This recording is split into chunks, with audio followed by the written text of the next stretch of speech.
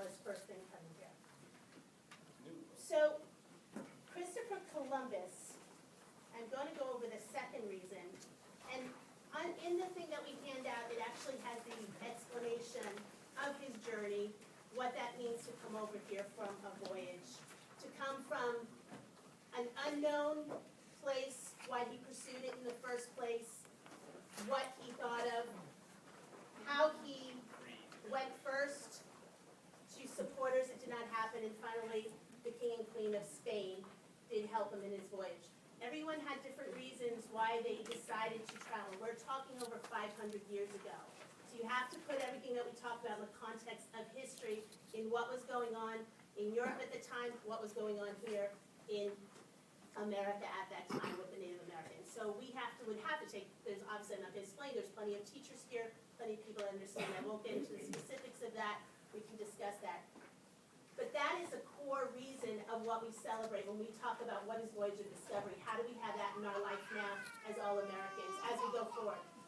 Whether it's technology, whether it's pursuit of our dreams, whether it's going to another place and seeing what another place has in store for us.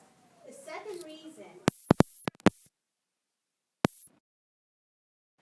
is Columbus's journey here was the birth of immigration, which brought all different European immigrants, which includes the Italian Americans, which is the reason why as an Italian American community, we are very passionate standing up for it. But he also represents all the immigration that come after that, because when he traveled here, that opened up the whole journey of people coming over. And we have that evidence, we have that that dialogue that happened, what is captured, and that's something when we as Italian Americans think that this is important, because the European immigration is part of why we're even having this discussion with you right now. We came here, we are part of your community, we are all part of the same America. So there isn't one without the other in what we are here now in City Hall, in Los Angeles, in government, is because of the merging of all of our worlds. America is a nation of immigrants. If you look further into why, when Columbus was brought up as the day that we were going to celebrate, it wasn't at the birth of America when they wrote, the first meeting in Philadelphia when they were writing the Constitution. It was during a time of period, the early part of the 19th century, when there was a huge immigration, especially of Italian Americans at that point. And not only Italian Americans, but other immigrants as well, had undergone so much hatred, racism, similar things that we see now. You would think that we would have learned. We're continuing. It hasn't stopped. So, as I am third generation Italian American, I'm an American first. I am surrounded by people who have a newer version of what it is to immigrate now, being a first generation immigrant from Italy or from another country, not necessarily Europe, it could be from anywhere. What I put under there are the details, and I'll send this to you, we could go over it more later. But that's something that it's a recognition of, we are all here together. We all bring our gifts. We bring our good things, we bring our bad things. That's all up for debate. What might work for some doesn't work for others. Sometimes you don't know it's till it's too late. Before I move on to the third reason and the final reason I think is important to consider this is, I know that when we started at the beginning, we said we're not going to leave here having everything solved. But I will say that what we are doing here could be something really amazing, you guys, because we know that this discussion is going on all over the country regarding Columbus Day versus Indigenous People Day. It doesn't have to be that way. We could actually be the start of finding a way that we can celebrate Indigenous people. We can celebrate Columbus Day. Let's find the positive reasons why communities are excited about Columbus. Find out why the gifts of Native Americans, Indigenous people are something we should stand by and learn from you and celebrate as well. We could actually be teammates in this. It doesn't have to just be Italian Americans. It should be German immigrants, Irish immigrants, Polish, Syrian. It could be anyone, because we all, if we weren't here, we've all come, or we may even, some of us are mixed blood that have that struggle of being a Native American and Italian, as I've heard from some people here. That's a world that has a whole different perspective. So I think that if we all have an open mind and actually realize it's not like who's winning, who's not, it's like how can we really be of service and move forward and be the best of what our ancestors would want us to be in a positive setting.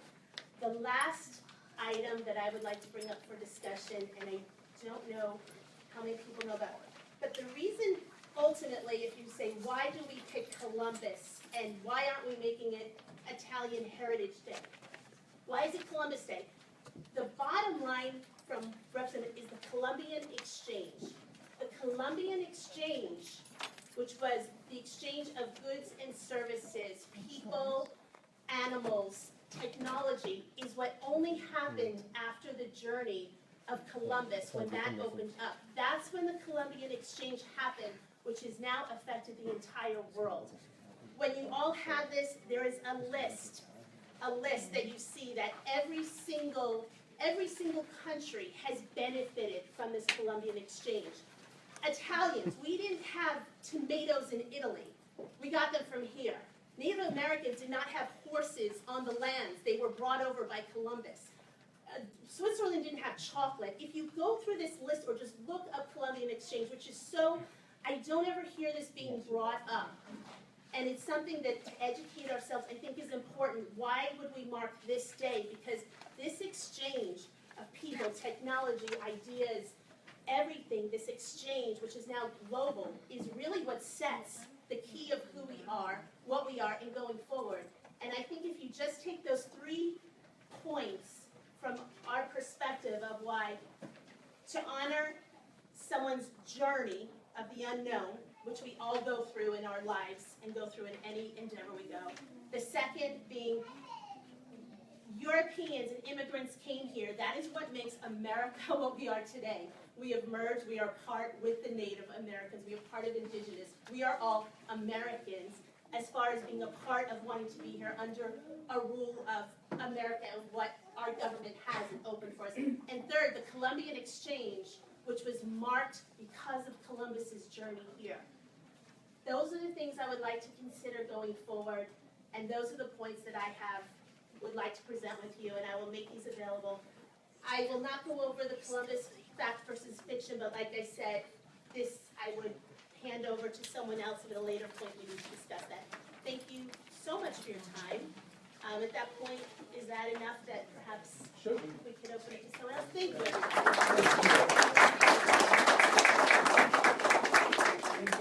And we have plenty of opportunities to ask for clarifications or express an opinion. I would like to have our second presentation now. Professor Maylee Blackwell from Chicano Studies and Gender Studies at UCLA. For prayer first, Awohali, Yona, Yinegiansa, Ilo, Ilona, Sagalagante. Oh, Creator, we ask for your prayers today in this discussion of this important matter, and we ask for your guidance and your love, and for open hearts and open minds, and for this we are grateful. So, thank you for having us. I'll recognize that we are on Tamil land, and thank all the people, the Gabrielinos, for hosting us today. And I speak today as a professor at UCLA, but also as a Cherokee and a daughter of an immigrant who's from Thailand. And so I think it's really important for us to share. What I want to share today is our project on mapping Indigenous LA, and many of you in this room have participated, and we're in process and we're building this map, but it's just a way to start the dialogue. And so what we want to point out is that Los Angeles has the largest Indigenous population in the United States if we add the multiple Indigenous migrant streams. So we want to point out that migration is a way of life that happened before Columbus, and that there's many narratives about this, and that Indigenous migration was an important part of making this an Indigenous hub, right, of Los Angeles. And these voyages also need to be part of our recognition and part of our history. So I want to be able to talk about what some of the beautiful ideas of exchange and these things that have been shared here. And so I guess I'll jump to our map and I'll invite you all to come see it. It's already online. And there's many other community and community organizations. We're kind of latecomers in the game. But it's part of our service as a public university to gather the stories of Indigenous Los Angeles. So what we want to say is that a map of Los Angeles doesn't tell the story of its people. Its people are varied and diverse, and even the mainstream images of Los Angeles don't share who we are as Indigenous people.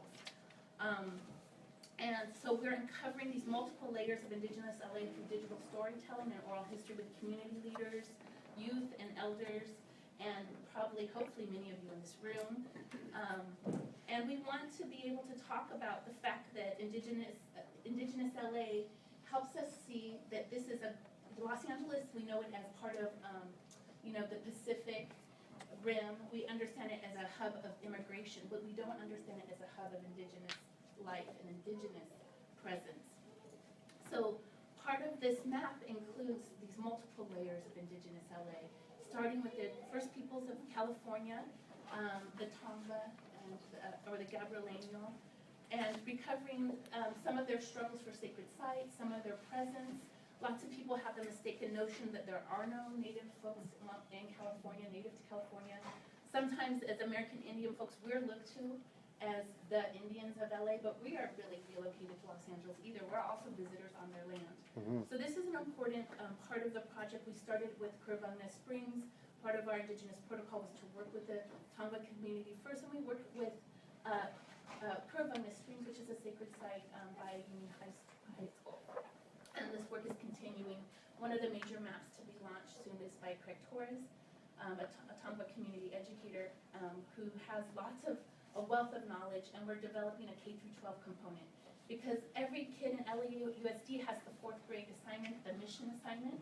So they learn about the missions, they learn about the mission system, but we don't learn about the fact that there were people here, and we don't learn about the fact that they were people who built the missions were Indigenous, right? And so here in downtown LA, one of the sites is Yagna.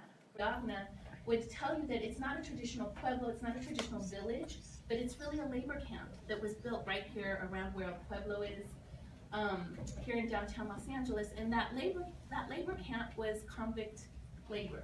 So basically, Indigenous people were displaced and then arrested for vagrancy, which means they were basically conscripted into labor. So when we talk about the history of downtown LA, we want to recognize Bunker Hill and Indian Alley, lots of sites, important historical sites to American Indians, but we want to also recognize that the very foundation of downtown LA was built by American Indians or Tongva. So this is part of this history we're unpacking together. We also want to recognize that there's a long history of American Indians in Los Angeles, and we're showing this on our story map. So you click here and you get to go into one of these maps. And the interesting thing about American Indian relocation is many of us came through what's called relocation days or detribalization in the 1950s, but many of us came from military for being in service. A lot of Native folks came for Hollywood, right? Becoming part of the Hollywood industry. And we're hoping here that our colleague Larry is going to help us uncover some of that on a map that he's working on. And so we're telling these other American Indian stories that we want people to know. So just here in Los Angeles, we have Bunker Hill, we have Yagna. But if we move on to tell a deeper history, a different history of LA that includes all the multiple Indigenous peoples, it's not just those who are classified as American Indian, because LA is an international city. So we're also including, so if you just count from the 2010 census, New York is considered the biggest American Indian population. But if we recognize that there's, so the numbers are really large. So the very conservative estimate would be 120,000 Mohawk and Indigenous migrants here in Los Angeles, as well as the over 50,000 Indigenous peoples from Oceania. So we're including these 4 multiple Indigenous Los Angeleses in our project. And this is what we want to share with everyone. And we want to make these stories possible. So in some ways this is about Columbus Day or not Columbus Day, but really this is about hearing the other stories of Los Angeles. So we have the story of the Tongva, right, who built downtown LA. who still keep their sacred sites, who still maintain their way of life even though people consider them as disappeared. Then we want to tell the stories of American Indians who came here with big Hollywood dreams, just like that's how everyone comes to LA, right? So everyone works in the industry, every server or person in restaurants we meet works, you know, they're screenwriters or scriptwriters. So just like those big Hollywood dreams, Native American Indian folks have those dreams as well, and have been part of historic Hollywood. We also are sharing the stories of the Latin American Indigenous diaspora. It's one of the largest maps we built last summer. And so we want to produce and think about these different nodes of connection. So these are some Zapotec guys who played basketball in Normandy Park. They're from the Pueblo Yalala and the Sierra of Oaxaca. And so Oaxaca is one of the poorest states in southern Mexico. So we know about those voyages, those difficult voyages about coming to the U.S. and the difficult passages and about building community. So this is the story of the map of LA, but what's interesting about these teams of basketball teams, so we know Mexicans are really into soccer, but Oaxacans are really into basketball, right? So there's these large basketball leagues, and Professor Gaspar Rivera Salgado has been part of this emerging civil society. But the basketball leagues become a place in which Oaxacans build connection. They build hometown associations.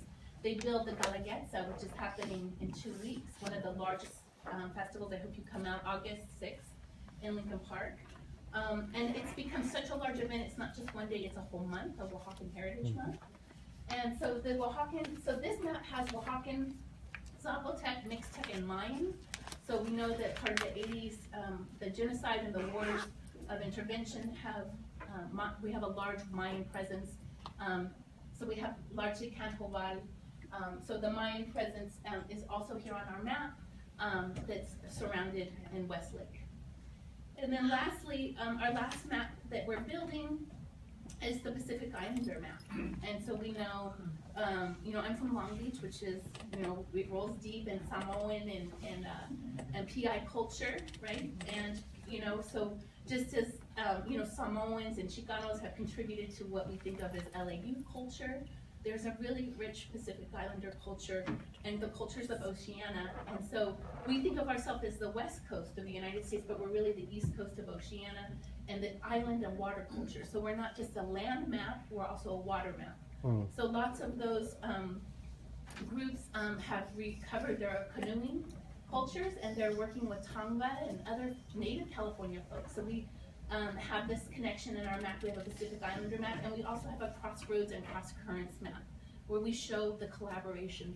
So I think the Four Corners Run is going to be on the map, the other Spirit Run, the garden, the native garden that Olivia Chumacero has been running. We have surfing on ours and canoeing cultures.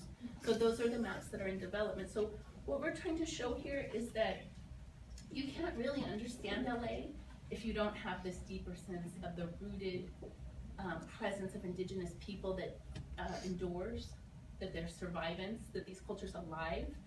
And LA kids are getting distorted views of, if they just do the mission assignment and that's all they hear is that, the Indians disappeared during the mission days. That's not the truth. Look at this room. But what we're trying to reveal is these larger, rooted, beautiful layers of indigenous Los Angeles. And we hope to contribute to the conversation and reveal that what we think of as Indian is really limited by our stereotypes. And so we invite many of you, we hope you'll tell your stories and help create maps. We're about to develop it as a mobile app, so it can be user-generated and we can invite other content. And I think I've probably forgotten a bunch of things I want to say, but I invite you to like our Facebook page. We launched last Indigenous Peoples Day and we got over 1,000 likes in one day. And so we want to be part of the conversation. We want to be part of revealing these larger layers and longer histories of Los Angeles. And these are the cultures that host us. Nothing is possible. None of these buildings are possible if we don't recognize the indigenous people host everything that's here. So thank you.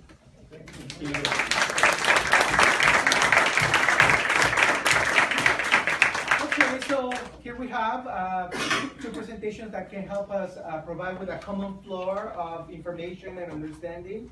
So we would like to open up the room now for a round of questions, clarifications, statements, and also to put everything on the table during the when the motion was unveiled by Councilmember Otero.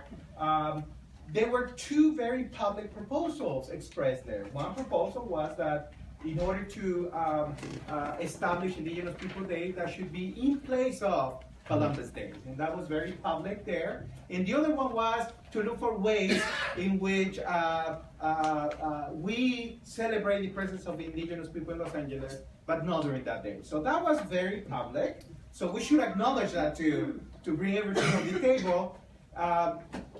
The elected officials are trying to really capture the concerns and positions of the different stakeholders in order to advance in that political process. So let's keep that in mind.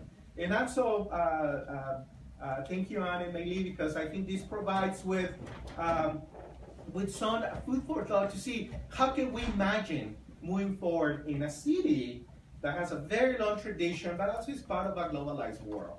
How should we express and honor the different peoples that share this space? So with that spirit in mind, let's open it up. Shannon and I will be keeping up with participations, and please raise your hand if you want to say something, Shannon. Yeah, before we begin, I'd like to also ask, I know that people have a lot of things they want to say, we have a lot to express, but in order to hear as many people as possible, it's really, really important that you keep your comments short. If we could limit it to 1.5 minutes to 2 minutes, that will allow us to hear more people. So please be respectful of the many people in the room by limiting. Okay, so I see one person there, 2 and 3. We'll try to keep the count to 4, and Keep then your we'll 4. start another 4. Right, 4, okay. And I'm going to basically just introduce myself and speak for about 2 minutes or less. I've been a teacher and educator in the greater Los Angeles area for over 40 years. I'm particularly focused in the latter part of my career on multilingual, multicultural education, and I was honored to serve in the state Department of Education to that extent. I'm now a retired school teacher from the LA Unified School District. I'm multilingual. I'm a progressive social justice educator. I'm well aware, and I love the remarks, and I apologize for small everybody being late, but I'll get to the point. I want to offer my services because in my retirement years now, I want to work with the vast variety of teachers that are out there to look at the curriculum. For example, we had a former governor veto not once but twice the inclusion in the 5th grade curriculum of Italian Americans and their contribution to California. So we're all about building bridges, we're all about celebrating the diverse cultures. I can tell you right off the bat, we don't have to reinvent all the wheels in the world. In Milwaukee, Wisconsin, there's an organization called Rethinking Schools, and they have published numerous times, going back to 1992, how we should look at the Columbus experience, the good, the bad, the ugly. And finally, I'd like to submit in a future time the thoughts of Richard Rodriguez, who wrote the famous book Hunger and Memory, in which he talked about the fact that to say that Columbus is a saint or a Satan is missing the point. Columbus and the discovery, the exchange we spoke of earlier, was basically the birth of what we now call America Latina. So, and the rest of America. So I thank you for allowing me a few moments. Again, I apologize for being late. Thank you. Yeah, I just want to add, I'm Eleonora Granato Comites. I am an Italian first generation. I just want to add one thing about the very great explanation and previous intervention of the two groups, let's call it. We are in together. I wanted to say that the new Italian generation and the new Italian migration respect greatly the previous generation that they came before us as Italian American and their amazing contribution. At the same time, we have the uttermost respect of the Native American and their contribution and their land that we all, in variety of degrees, took possession of and create something that is now the United States. We are fully aware about the mistake of Cristoforo Colombo, or Cristoforo Colombo as we call it. He was a man of his time and he made enormous taught to the Native American. We don't celebrate that man. We celebrate the traveler, the guy who crossed the ocean and crossing the border of the knowledge at that time, who believed that the land was, the world was flat. A man who believed so much in science and in a better world that he crossed and left everything behind, and even married a Spain institution abandoned in Italy in order to be able to cross the world and prove scientifically that the world was round. This is the man that we celebrate, the man who wanted to have a different destiny, and his embodiment of traditional invention and courage and ability to come and to go back to his land that the Italian American of previous generation wanted to establish and honor. We are also calling upon a national holiday like Thanksgiving, which is a total travesty. They celebrate the union between the migration of the European being received by the Native American, for them stab them in the back and steal in their land. That is the real travesty. It's not Columbus Day. And I don't say that to raise, a point of argument with anybody. I'm just saying that the fact that Italian American contribution, the past generation, are to be respected and are to be honored in one day and a year. They choose Columbus because Columbus was a traveler and not because he was an assassin of Native America. No one in Italy would stand for that. No one of the generation, past and present of Italia, would honor that. We are not for that. We want to work together. We want the Native American to have a day that we all together celebrate for their contribution.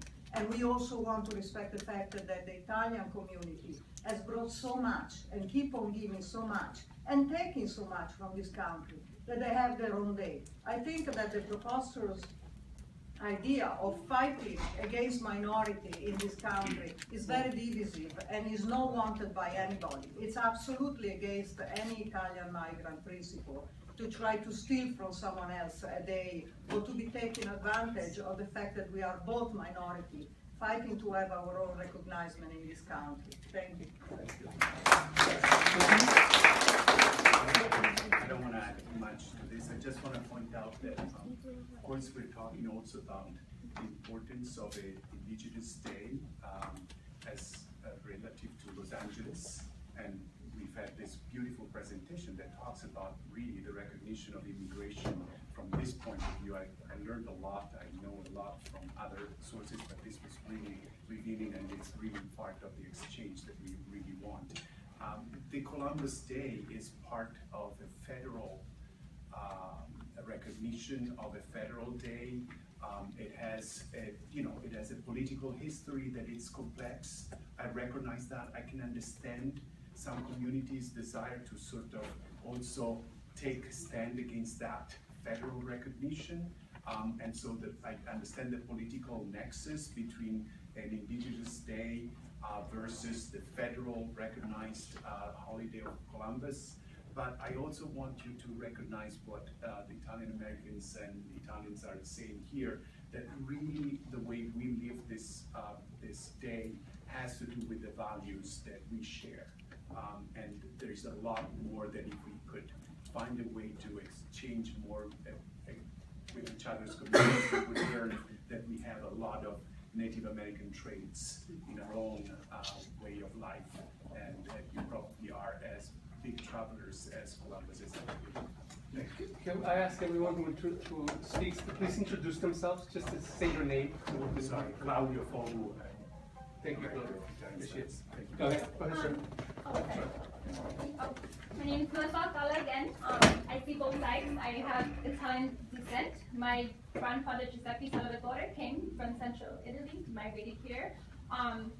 he served in Vietnam. I understand the sense of pride that comes with that and the American dream. However, as an educator, I feel that it's a disservice to our students to be one-sided. So I understand that in our presentation, we're saying that we had a dream and that we need to commemorate that. But at the same time, we're not showing the truth and we're not showing the reality. And so I feel like it's a disservice to not also show our students or our communities the ugly side and the fact that Columbus, it does embody this figure who represents exploitation and violence. I think it's a disservice to tell them that didn't really happen and to turn the other way around. And so as an educator myself, I find it very difficult to share that with my students when then themselves, living in Los Angeles, come from Indigenous people. And so when we have a federal holiday that condones that, how do I then tell my students, you matter? How do I then tell them, I'm sorry, we celebrate this type of holiday that was against the original peoples of this country. So I find it as an educator concerning. I find it as a mother for my future, for my daughter as she grows up to continue to only see the one side. I think it's so important that we see the full story and that we see the truth. And again, I respect, again, the Italian community. I understand. But at the same time, I am a member of the Indigenous peoples as well, and I think it's important that we celebrate what was here in Los Angeles and what this dream represents. So we're gonna take another round of presentations. I understand I cannot see everybody, so be patient, please. I'm gonna acknowledge your steer. She's next. Wanna see other? Two. You're third. I know, we already got her. We got, she's first. Well, I want to see hands because otherwise I cannot. Raise them high, raise them Okay. high. So 1, 2, 3, 4, 5. Okay, this round 5. And then She was first, and then we'll go to second. She was first, but it's okay. I got it. Okay. Okay, go ahead. Okay, thank you, everybody. I apologize. I would get up, but I'm very clumsy, so I'd probably fall. Sorry, my back's to you. There's a few things that I want to talk about, specifically as locating myself as a descendant of the mission system in California, because a lot of things I heard speak directly to the same rhetoric that we heard when the Pope decided to nominate Junipero Serra and make him a saint. The first thing that I think is critical for everyone to understand is we need to be conscientious about utilization of words like stakeholder. There are 3 native nations, sovereign nations with ancestral territories in what's now known as Los Angeles. Those are sovereign nations to whom government-to-government consultation, duties, and obligations run. Okay, that's very different than a status as a stakeholder. Second, I want to speak to this notion of abdicating people for responsibility because they're quote-unquote men of their time. Let's be clear, that's universalization of whiteness. Because at any point in history, there were people around the world that thought that settler colonialism was wrong. There were people around the world that thought enslavement of African people and that was wrong. There were people that thought that invasion and erasure of native title was wrong. So when you say things like somebody was a man of your time, let's be clear with our language and recognize that what that really means is someone was a man of their time within a settler colonial Western white supremacist context. That's not everyone around the world thought that was. She needs to finish. No, it's good. I'm talking about a discourse. There's another article you might want to reference called White Fragility. The concept of white fragility, there's a dissertation about it that talks about how anytime people of color and indigenous people raise issues like Black Lives Matter or raise issues like racism and settler colonialism, the focus is immediately shifted to the white individual and his harms against them. So I'd encourage you to check out the whole concept of white fragility. That's a loaded term. It's a loaded term. It is a loaded term, which is why I provided you with a reference. Which is why I provided you with a reference for dialogue, for academic dialogue to have a conversation about it. I don't use these terms lightly. I'm using my words specifically with intent. So this notion that someone is a man of their time, again, is limited culturally. I raised the issue of the canonization of Serra because we are located in Los Angeles. We're already living in a state where it's mandated that 4th graders replicate essentially the genocide of my ancestors and ancestors of the nearly 200 Native nations that still call California home today. So talking about Indigenous Peoples Day as a legal holiday in the context of the Pope making the person who's directly responsible for the missionization and the eradication of traditional lifeways and indigenous cultures, it's very relevant to have this conversation. And so that's why I encourage folks not to say things like he was a man of his time as an excuse for settler colonialism. Again, I would like to reference that referring to Italian Americans and Native Americans as both minorities is incorrect, again, because you're talking about folks who are citizens of sovereign nations. It's not the same category as all.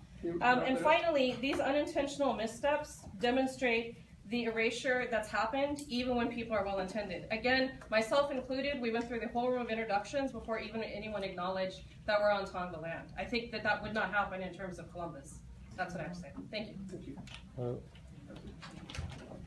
Hi, my name is T. Torino. I'm a first and a half generation Italian American. My father came from Mazzarano. My grandparents were on the West Baby, so he grew up here.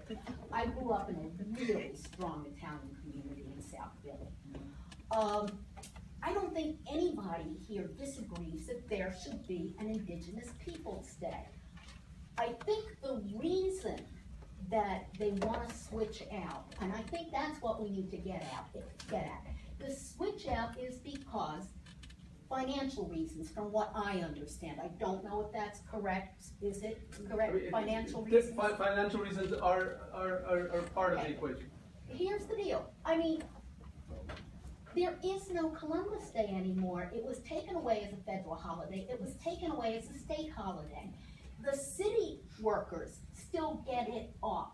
Now, the city, in order to have an Indigenous Peoples Day as an official holiday, has pretty much said we can't do that financially. We can't pay people for a day off, for an extra day off. We have to figure out how to do this. So they looked at it, they saw Columbus Day, which is no longer a federal holiday or a state holiday, and said we can fit it in there. So that's what we have to be talking about. You know, I understand the love for Columbus Day. I grew up with it, yeah.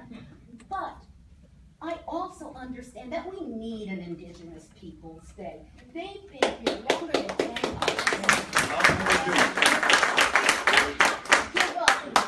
Just the city, it's just the city that would have to switch it out. If that needs to be done, you know, they don't get St. Patty's Day off. Otherwise, I'd say take St. Patty's Day. You know, where they do have the official holiday, where they do get paid, and it needs to be switched out with that. And I think that's what the conversation needs to be here. Not who's better or who should we have first. How about Thanksgiving? Everyone else back here, yes. No. Those are interesting points also about the Thanksgiving Day. I just wanted to bring it back quickly to Indigenous Peoples Day. So sorry, the Warren Van Schulfgard, Avalon Policy Institute, and National Native American Bar Association, apologies. Bring it back to Indigenous Peoples Day, so apologies, the conversation is disjointed. It's so important, I think, particularly in a city like Los Angeles, with such a rich and complex Indigenous history that, frankly, I know very little about, and I make it my work to try and figure it out. Both people that are Indigenous here, as well as all of the Native nations that were relocated here in the 1950s. It's a really rich history for the state of California with 109 sovereign tribes. That makes it all the more relevant that the city of Los Angeles have a day like this, similar to cities like Minneapolis and Seattle that have already led the charge here. I think it's really incumbent upon LA to be part of that movement. I don't have in front of me the list of cities that have already adopted this, but I think it's glaring that LA is not on that list yet. And I'm very happy to see this conversation happening. Thank you.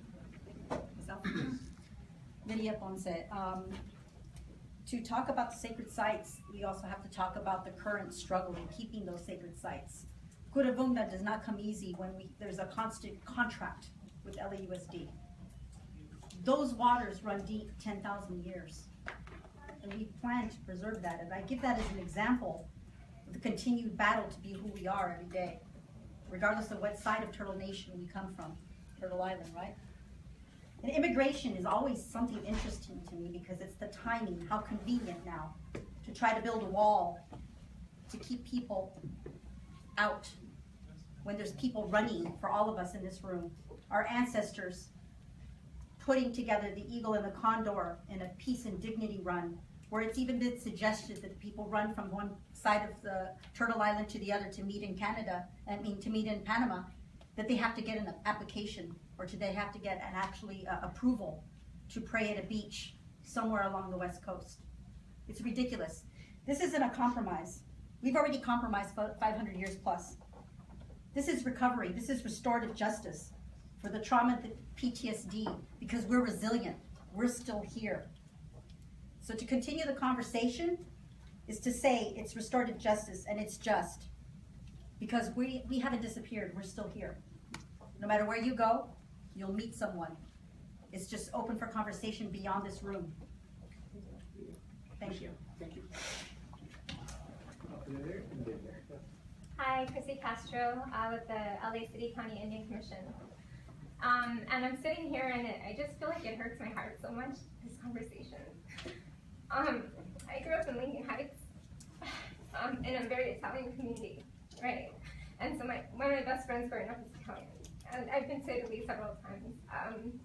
You know, to paint this picture in a way of this being about Native Americans or Italians, to me, it's just so wrong, you know. And, I cried because as I'm doing this research about Columbus, you know, it's re-traumatizing as a Native American person, you know, and I understand that you all are very proud people. It's a beautiful thing, and I celebrate your pride in who you are as people.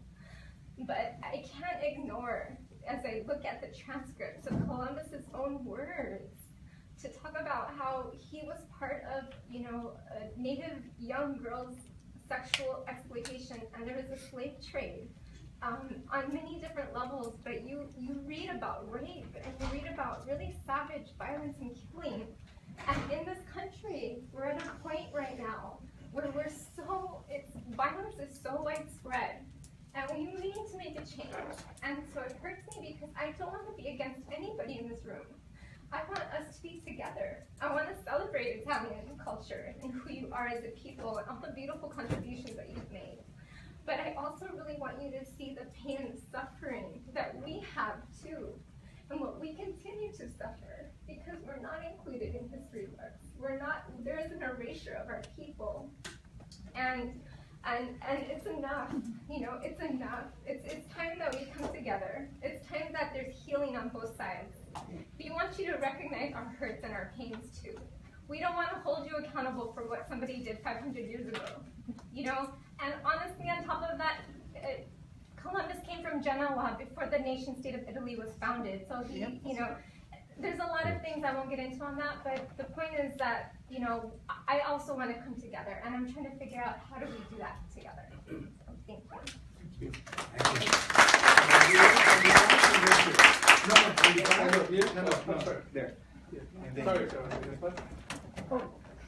Patricia Lopez, Indian Commissioner for the City and County of Los Angeles, appointed by Supervisor Don Penavi. I just, you know, this is not a personalized attack on you, and I think you're wonderful, you know, and I've seen you a couple of times now.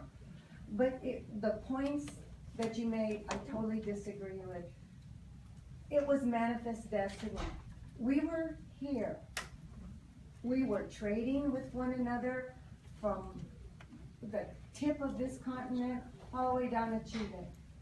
You know, we have a dance, a Pueblo dance. I'm Tiwa from northern New Mexico.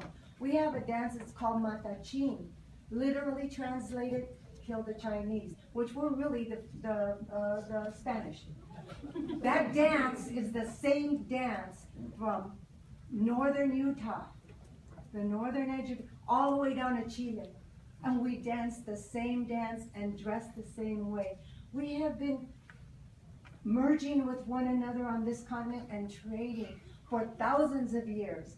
The village that I came from, Taos, our place, in our language, Tiwa, we are between 5,000 to 6,500 years old.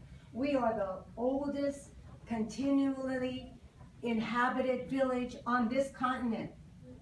So we, and we moved all over the place. We traded with everyone.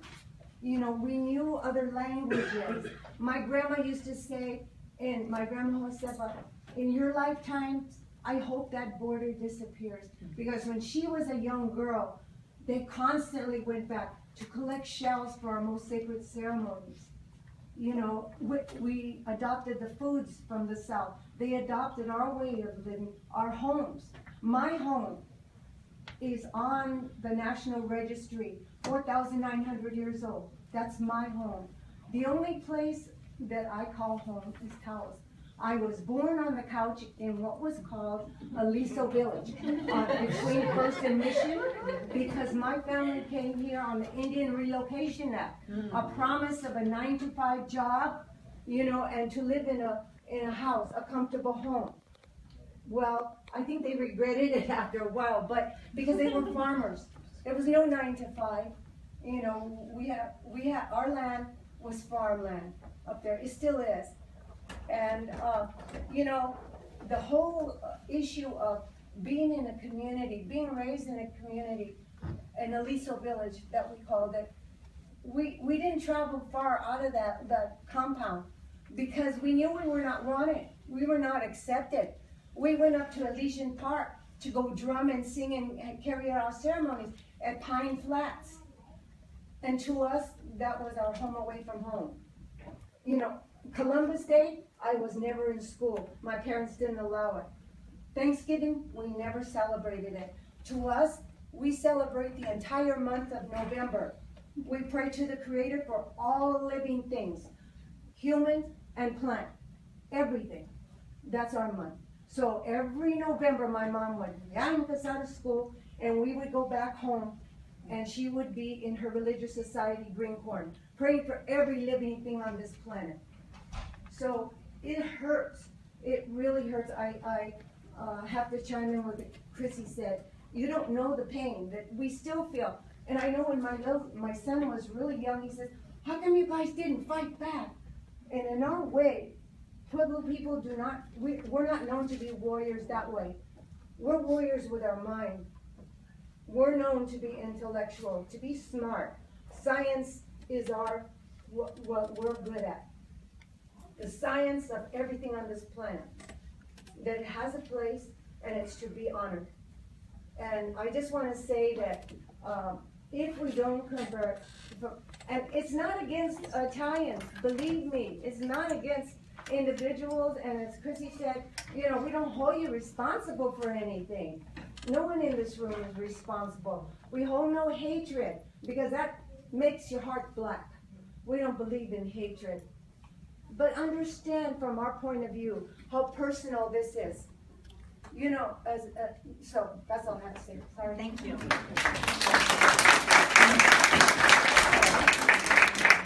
Right here? Right here. Okay. Jim Michalski, I'm the Italian American Lawyers president. I'm also the legal counsel to the Italian American Federated Southern California.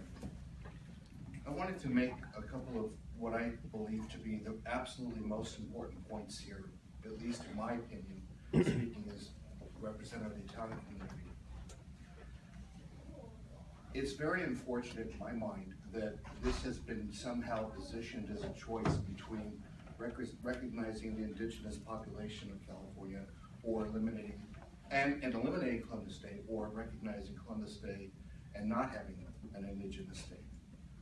I think if you asked every single Italian American representative in this room, that each and every one of us would tell you unequivocally that we understand what it's like to be discriminated against.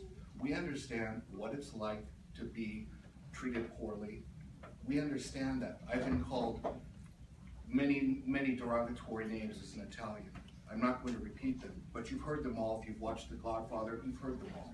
I've been called mafioso. I've been told, well, you're just a stupid Italian. I've heard it all. And it doesn't hurt any less. The problem is not that we have any desire to in any way lessen or downgrade or not value anyone else. What's very unfortunate is that the way this has been set up, or at least it sounds that it's being set up, is that the city government is being asked to make a choice which ethnicity or which group is more worthy of recognition. And that's awful. That's an awful way to go about it, because that does make it an us and them. And we don't want to be an us and them. No one does. We work very hard as a community. We have an organization of lawyers to show that we can be ethical, that we're not mafia. We have these organizations like the Sons of Italy, the Italian American Federated, to put on organizational presentations and shows to let people know that no, Italian American does not mean that you're from Sicily in the Godfather type mafia mentality and that all you care about is getting your way. And we understand what it is to be stereotyped and treated poorly. What I don't like hearing occasionally is some of these words about, here's what I also have an issue with, and I think is a very important point. That's my first point, is to reinforce what I'm saying. My first point is, not one Italian in this room, at least I can speak for myself and I know the others that are in this room, no one here in any way does not value other groups like the indigenous people that are here. None of us in any way think that it's inappropriate to recognize those contributions. That's why it's so unfortunate to have it positioned the way it is by this resolution. It's very unfortunate. The second point I want to make is pretty over the top, and I'm not going to respond in kind, but I will say this. Just because we believe that Columbus deserves recognition as someone who is an explorer doesn't mean, and in no way means, we condone everything he's done. We've never said that. No Italian will say that. Do you agree? Absolutely. The Consul General, as a representative of the Italian government, is here. He can tell you that. Just because Columbus happened to be a person at an earlier time, we don't agree, and we don't think that that means that it's, no one ever said that the phrase a man of his time means that we dismiss everything that he's done as acceptable. No one would ever say that. I think that's not an appropriate interpretation of what was said. I think the appropriate interpretation of what was said is, as my colleague here said, Leonora said, we understand, Italians understand Columbus wasn't perfect. We're not saying that he is. Just because we want Columbus Day to be recognized doesn't mean that we say, let's celebrate everything awful Columbus did. No one's ever said that, and no one will ever say that. So I think that's an important point to keep in mind. And the third point I want to keep out in the discussion is that it's particularly disappointing that this has been set up in the way that it has been, because for your reference, it is not a matter of finances. In 2002, the LA City Council voted to replace Columbus Day as a holiday with Cesar Chavez Day. All right, so we've already been replaced out as a holiday. We're not saying that we must have a holiday off for Columbus Day. That's gone. That was gone 14 years ago. Cesar Chavez Day replaced it. And all I'm saying is, if you're talking about, and this is my fourth point, I have a fourth point. No, forgive me. Usually, lawyers, we have it all sketched out, but I have a fourth point that has come to my mind that I think you need to know of. And that is, first, we don't want to have your contributions diminished. That's the first point. The second point, as I've told you, is we understand what it's like to be in your situation. The third point is it's not a financial issue anymore. 2002, that was eliminated by the City Council. But the fourth point I will make to you is, I've heard a lot of talk about erasure of history, erasure of our people, and a distorted view, and the need to value a varied and diverse people. I think you would agree with us that diversity and valuing different groups mean valuing every group and not just some. And just because we want Columbus Day to remain a recognized city, not even a paid holiday anymore, by the way, but a city recognition to remain, in no way means we don't recognize or want any recognition of your people. It just means we don't want to be the next group erased. For clarification, the city of Los Angeles still recognizes Columbus Day as a paid holiday. So I get it off. I'm off on Columbus Day because I'm still getting paid on that holiday. The question here is not about, so there are two central questions that we continue to have to come back to. The question here is about creating an Indigenous Peoples Day, creating one, having that be something we celebrate as a city. The other is creating that holiday to be a paid holiday, right? To add it to the already paid holidays that the city already celebrates. The question here, and of course, we've concluded a couple of things here too. We're thinking about Columbus Day, we've sort of, by default, sort of come to a conversation with the